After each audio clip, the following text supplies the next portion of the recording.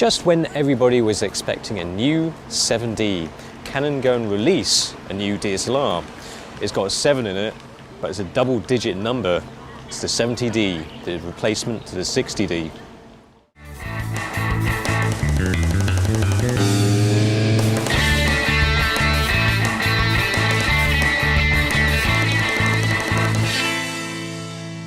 It is new, although not immediately noticeable apart from that 70D badge. It looks virtually identical to the 60D, albeit with a bit of plastic shaved off from the top, the height and the width to make it a slightly tinier, teenier version of the 60D. Ergonomics, nubbins and dials, same story. Functionality, same. It's a Hollywood sequel. Same button layout, same dials, just one SD card slot, and it has a 3-inch tilt screen like the 60D. Not only does it look the same, it feels the same. But that's not telling the complete story. Things have changed. For example, the menu button, it's over here now. Before it was over here. Great. Previously the 60D, the menu button was placed over on the right side, which is handy for one-armed bandits to use all the functions with just one hand, like so. But now it's over here, so you have to use your left hand to access the menu. In fact, having a menu button on the top left makes it a familiar place to press if you're using any of the other current Canon DSLR models. Access to HDR mode, brilliant. Fuck, where is it? Okay, nobody wants HDR anyway. The buttons are still annoyingly similar to the 60D in that they've got this kind of spongy feel to it. You don't actually know, it's not clicky. It's spongy, like gunge inside, underneath the buttons, everywhere. And this annoying wheel, which seems to characterize all the cheaper but better Canon DSLRs, if that makes sense. Bastarding mosquitoes. But yeah, another thing that has changed is this live view switch, which is great. It's just like all the other Canons, the good Canons. And that's actually really quick to start up. But what about when it's in sleep mode? Because there's not so much consistency throughout the range. The 5D Mark III is pretty damn slow. It's a pain in the arse. Pretty slow. Oh, is it? Okay. Now Locke has to put up with the 5D Mark III, so he says it's quick. It's quick. Then there's the screen, which just begs to be touched and poked. The needy, flippy, flappy, promiscuous plastic pixel container thing. It really works.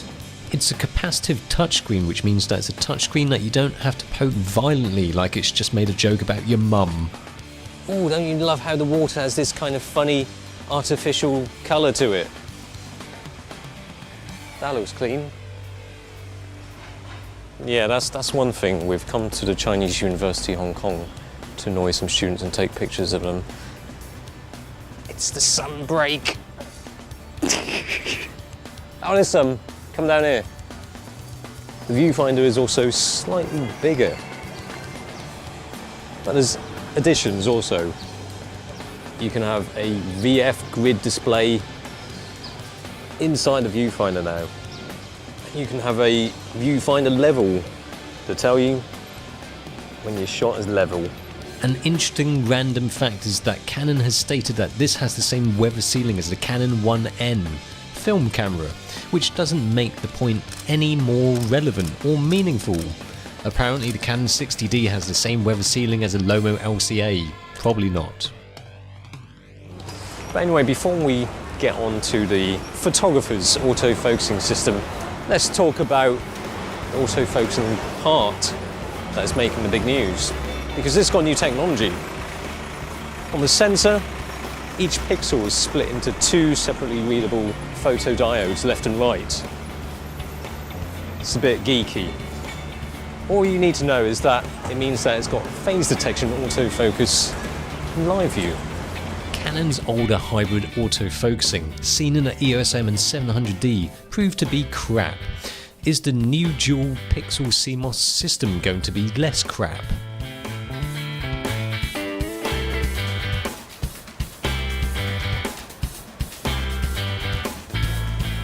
In the shade it still works well enough. It does sometimes slow things down. Sometimes it does miss the mark also. I have to say, so far it's a success in that it focuses quicker than 24 hours.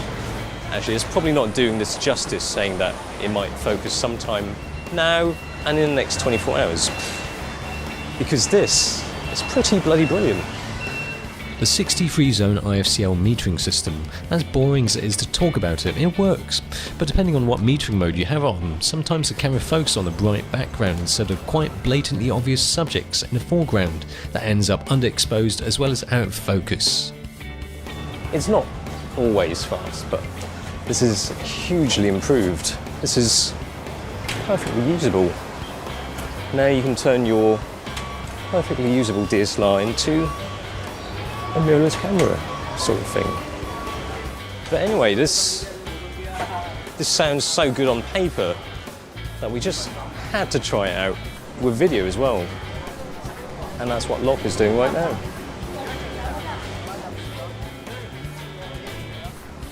And this is a pretty good test in terms of for video, because unlike some other people who just shoot video on tripods and stuff like that, we do it all handheld. Gritty. For video, the continuous autofocus was speedy, yet changed focus smoothly, no hunting. Sometimes it would focus on the foreground subject and then onto the background, maybe a bit more than the Sony A77 and Panasonic GH3. However, the touchscreen coupled with quick autofocus is quite convenient to pick and change focus, probably good for family home videos. For working video geeks, aka Locke, he still prefers the ring action, manual focus ring. But really, the video quality is of a decent standard, didn't encounter any wiry patterns. However, there isn't a headphone jack to monitor audio, and you can't change the audio levels during recording, but this still does the biz in terms of video recording. But anyway, I've made my point, it's pretty good. Let's just get to the autofocusing that matters. You know, the conventional autofocusing system where you see those little ickle dots inside that tiny little peephole viewfinder. Just how does it perform? But actually there's probably not too much to say about the new focusing system because it's not new. It's the same as the one seen in the 7D. So that's good news really. 19 autofocus points and all of them across type. Fan-bloody-tastic. This camera feels great, perhaps even slicker than D7100's autofocusing system. I've always respected the 7D's autofocusing system, and putting the same system in something cheaper deserves even bigger respect. I have to say, this is impressive in low light. I would say it's awesome if I wear baseball caps back to front. Let's just settle down and appreciate this. 20.2 megapixels coupled with the Digic 5 Plus processor produces images that are full of detail, offering 14-bit files with a strong enough dynamic range.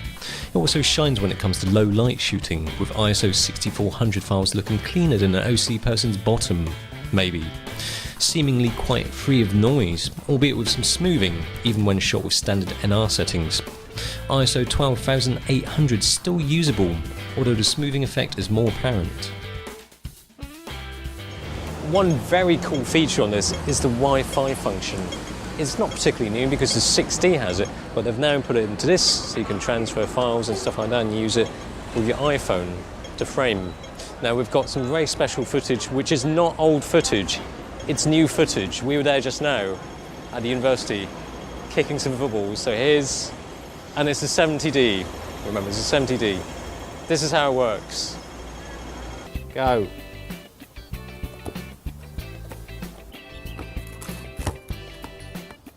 This is interesting because if you've got no friends, you can just use this to shoot yourself.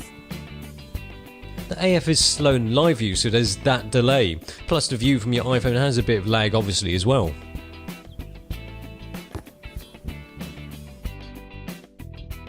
Phew! Oh, I'm hot after kicking a few footballs about. Oh, let's go get a drink. Yeah. Anyway, yeah, enough of that newly shot football action. The 60D was a camera that redefined its respective role in the EOS lineup. The 50D was once a magnesium alloy rough and tough ready for action DSLR. The 60D seemed as much a step backwards as well as forwards. It pulled the 60D closer to the lower end of the market. The 70D still retains the plasticiness of the 60D, but everything else feels so much punchier, punching above its weight and class. I'm sure the Pro-Am enthusiast will still look for something more 7D-like, something that is made to take a right beating. But for photographers who just need a camera with more than enough potential for photography and video, this is really quite hard to beat.